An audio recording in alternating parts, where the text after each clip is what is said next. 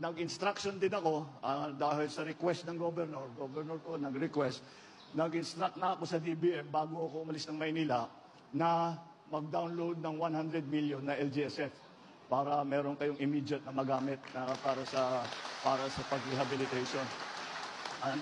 Kaya po, patuloy po, huwag kayong mag-alala. Patuloy po ang suporta ng pamahalaan hanggat nangangailangan kayo.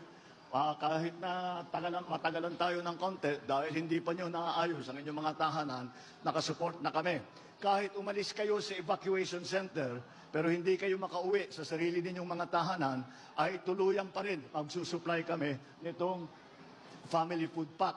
Ngunit, kung titingnan din nyo doon sa labas, meron na po tayong water purification, yung mga truck na nandyan, yung Love for All na purification, yun naman ay galing sa First Lady. At naiwan dito at nandyan ginagamit natin. Yung DSWD, para naman, mahirap naman yung kinakain ninyo, puro dilata. So, kaya naglagay po kami ng food truck para may mainit naman. Nandun na, may nakapila na. Bukod pa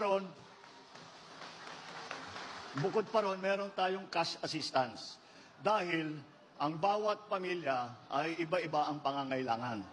Kaya hindi naman basta ito lang ang ating ibibigay. Siguro yung mga gamot ninyo, yung mga bibili nyo baby na pagkain ng bata, lahat yan, hindi lahat ng pamilya pangangailangan yan. Kaya magbibigay kami ng cash assistance. Nandiyan po, yung pumipila po dyan, yan po binibigyan tig sa 10,000 para may cash, may pera na magamit para sa inyong pangangailangan. Kaya huwag kayo pong mag-alala, hindi kayo basta't may iwanan na lang kahit na nakadaan na yung bagyo, nandito pa rin ang inyong pamahalaan. Hindi po kami aalis dito hanggang lahat ng evacuees, lahat ng ating mga tinamaan ng bagyo ay nakatayo na, nakaahon na. At yan po ang aming hangarin ay laging makapagserbisyo pagka lalo na ganitong panahon ng bagyo ay kailangan po natin talagang tulungan. Meron pa tayo ito pang wifi ito, ibibigay natin po dito. Ito yung Starlink na sa satellite para meron tayong telepono, meron tayong email, magagamit po natin ang mga cellphone natin.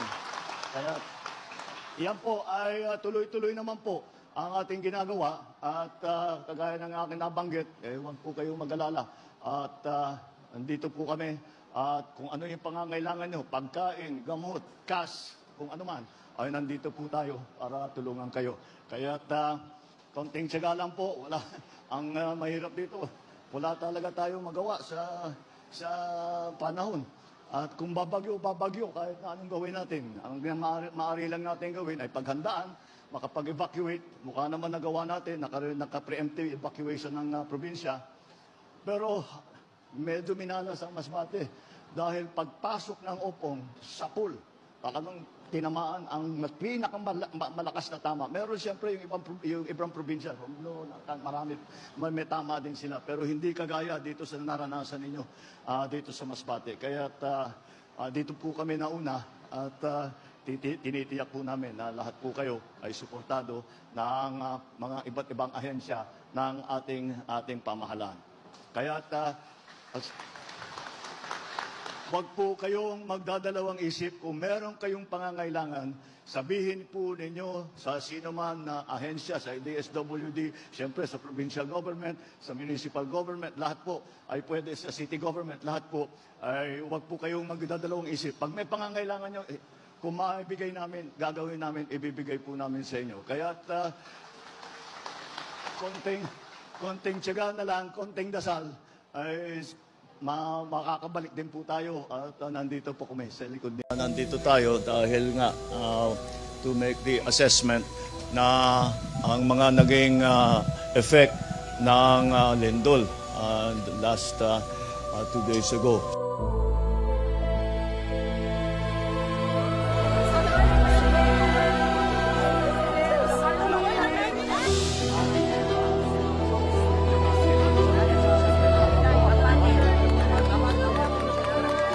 nakikita namin that are still problematic are the distribution of water and food. But we have made arrangements already kung saan tayo kailangan. You will have to designate, mga mayor, you designate mga distribution center kung saan ibabagsak ng DSWD yung mga relief goods, yung mga water supply, kung ano pa, yung mga health kit, lahat ng mga binibigay natin sa mga non-displaced. Dahil according to the governor, the estimate of displaced families is 65,000 around the province. So that's what we are going, those are the people that we have to support until they find better accommodations and arrangements.